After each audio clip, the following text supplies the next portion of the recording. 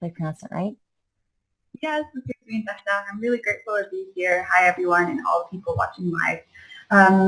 I am a writer and researcher in a biology degree, and my previous history with professional studies has included cognitive neuroscience and psychology, but all the things that I've learned have been through my personal research, having gone through multiple sicknesses and had to heal myself, so my personal expertise is with natural remedies and learning through lots of experiences that I had, detoxing, fasting, trying different remedies through nutrition and herbalism.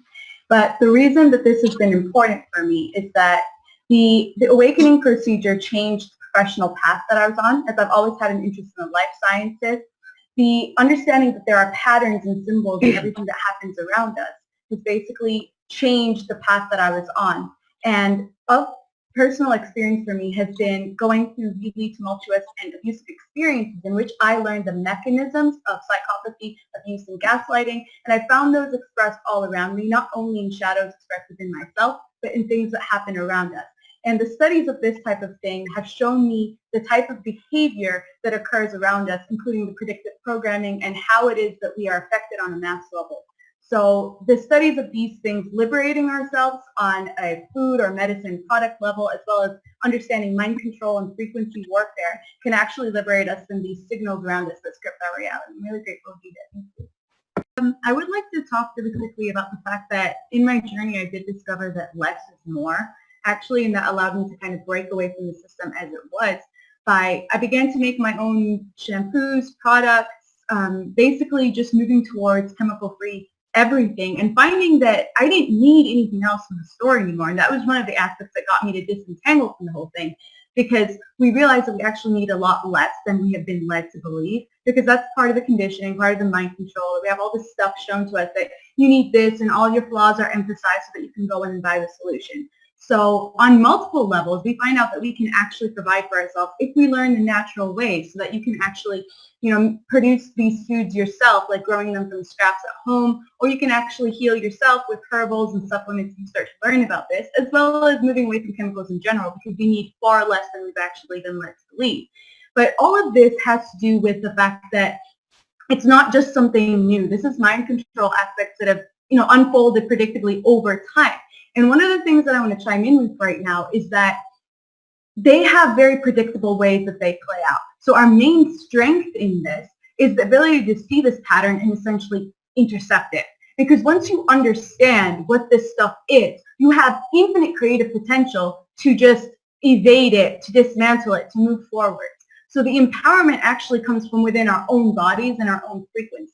So if we're able to actually control what goes into ourselves and like Amanda was saying earlier, expanding our heart centers, basically working on our own frequencies by moving away from toxicity, controlling what it is that we do with our own self. It starts with the self.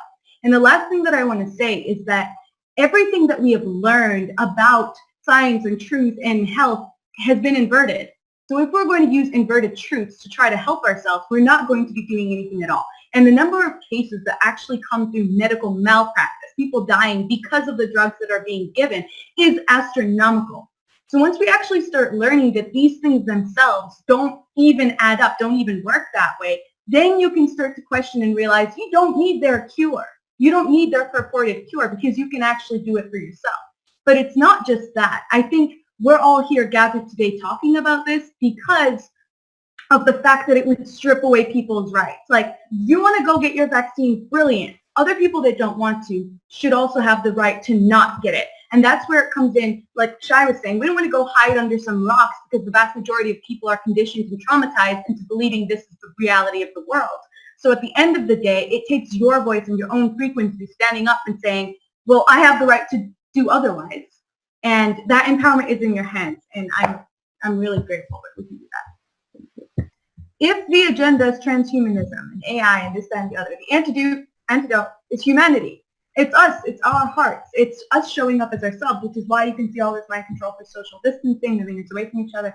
So if those are the agendas and we are the solution, then it very much is us coming together, thinking of solutions and actually mobilizing. So I do agree with Shai in the sense that these are spells that we are under, beliefs of authority and whatever else, that only we have the power to change, have the power to refute, refuse, take down, we do not consent. The more that we use our voices and actually state this out into the open, the more that we can create that reality.